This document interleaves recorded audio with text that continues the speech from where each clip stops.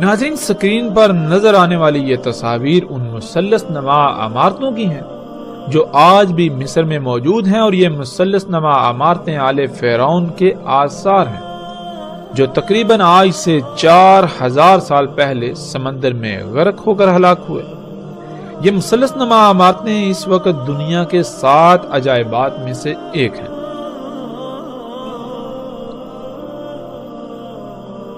قرآن میں اللہ سبحانہ و تعالیٰ نے ان عمارتوں کو اوتاد کہا اور اس وقت کے فرعون اور آل فرعون کو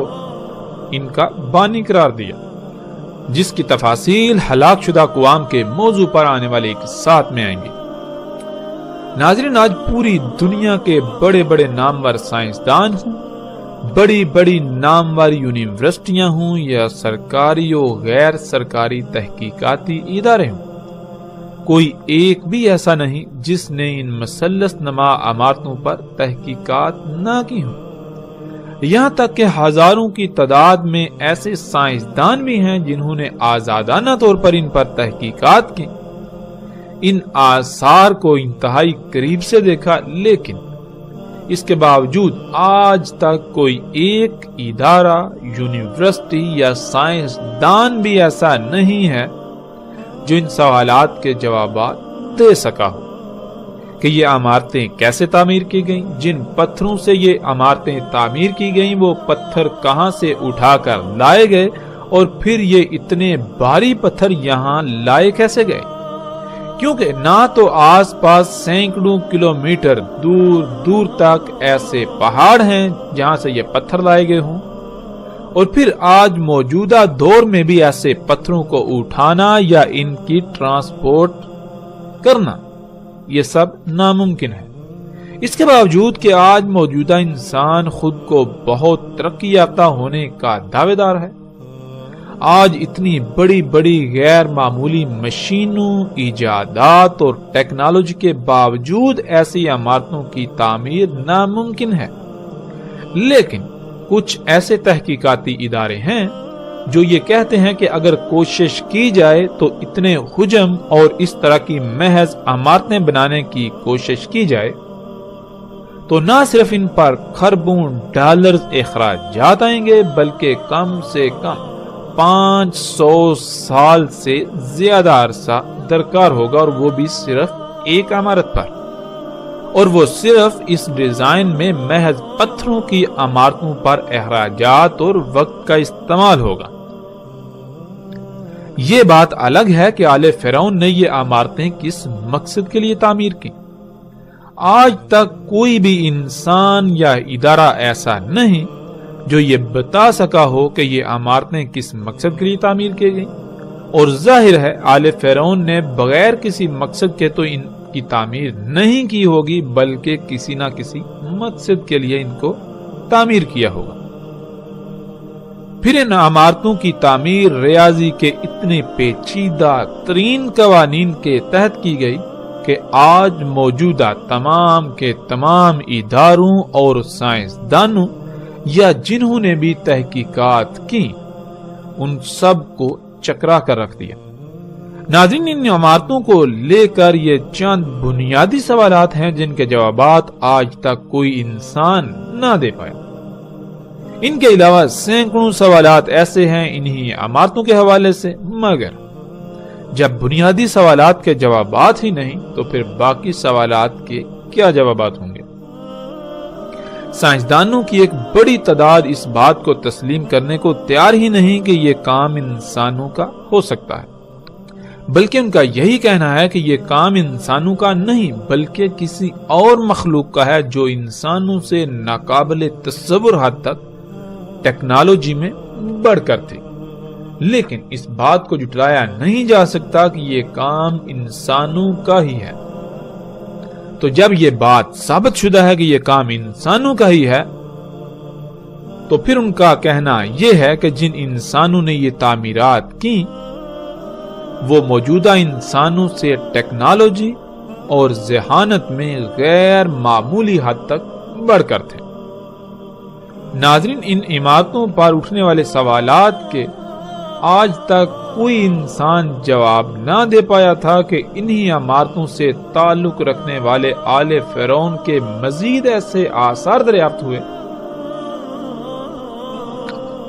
جن کی تعمیرات بھی غیر معمولی ہیں، اور جب ان کے در و دیوار پر نگاہ دوڑائی جائے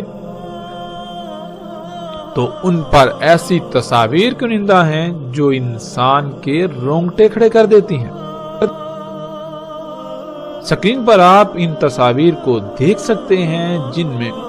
بالکل ایسے ہی ہیلی کاپٹر، جہاز، ٹینک، سیٹلائٹ، انٹینا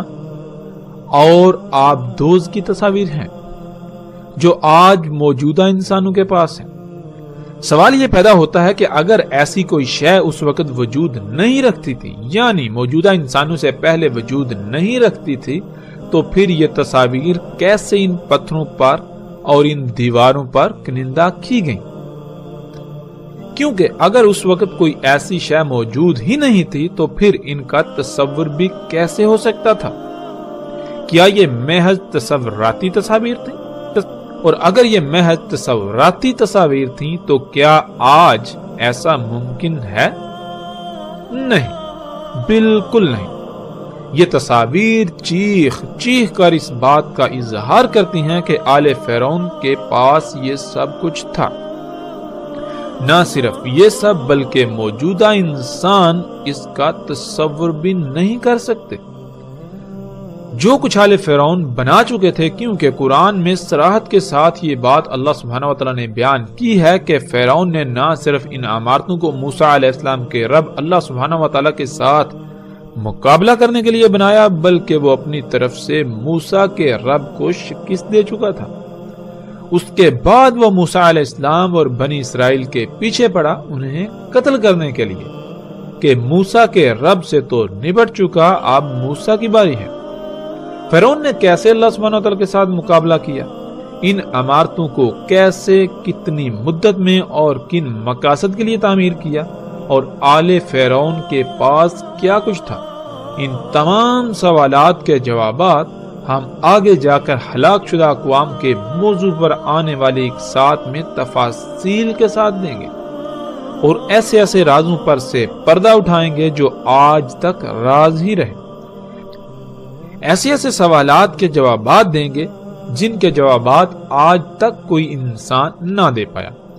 اور نہ صرف ہم جوابات دیں گے بلکہ پوری دنیا کو چیلنج کریں گے کہ وہ ہمارے جوابات کو غلط ثابت کر کے دکھائے۔ جو کہ ناکام رہیں گے بلکہ الٹا اپنی تحقیقات سے ان کو سچا ہی ثابت کریں گے۔ یہ تمام باتیں تو آنے والی ایک ساتھ میں ہوں گی، لیکن یہاں جو بات سامنے آتی ہے وہ یہ کہ جو اللہ کی ذات کے ساتھ مقابلے پر اتر آئے اور پھر وہ یہ سمجھے کہ اس نے اللہ کی ذات کو شکست دے دی، کیا وہ پتھر کے دور کا کوئی انسان ہو سکتا ہے؟ وہ کون سی شے ہے جو انسان کو خالق و مالک سے بالکل بے نیاز کر دے اور الٹا اس کو خالق کے مقابلے پر لا کھڑا کرے؟ وہ کون سی شے ہے جس کی بنیاد پر انسان یہ جرأت کر سکتا ہے کہ وہ خالق و مالک اللہ سبحانہ وتعالی کے ساتھ ببانگے دوہل مقابلے پر اتر آئے؟ وہ ٹیکنالوجی میں کس قدر بڑھ کر تھا، موجودہ انسان اس کا تصور بھی نہیں کر سکتے۔ ناظرین، اور جب ان کی تعمیرات کا ہی آج تک کوئی جواب نہ دے سکا تو پھر یہ کیسے ممکن ہے کہ موجودہ انسان اس بات کا تصور کر سکیں جو کچھ ان کے پاس تھا؟ اللہ سبحانہ وتعالی نے قرآن میں صراحت کے ساتھ کہہ دیا کہ تم ان ہلاک شدہ اقوام کے 10% کو بھی نہیں پہنچے اور نہ ہی پہنچ سکتے ہو۔ یعنی جو کچھ آج تم بنا چکے ہو، جو قوت، یہ جو مشینیں، یہ ٹیکنالوجی، یہ جتنی بھی ایجادات تم کر چکے ہو، یہ ان قوموں کا 10% بھی نہیں، اور نہ ہی تم ان کے 10% کو پہنچ سکتے ہو جو قومیں تم سے پہلے ہلاک ہو چکی۔ قوم عاد، قوم سمود، قوم لوط، اصحاب مدین ہوں یا پھر آل فرعون وغیرہ، ان کے پاس جو کچھ تھا وہ تم سے کئی گنا بڑھ کر تھا۔ وہ سب قومیں آل فرعون سمیت ان ایجادات کو مسیحا سمجھتے تھے، لیکن کیا حقیقت یہی نکلی؟ یہی ایجادات تھیں جن کی بنیاد پر فرعون علی الاعلان اللہ سبحانہ و تعالی کی ذات کے سامنے مقابلے پر اتر آئے۔ یہ سب فساد تھا،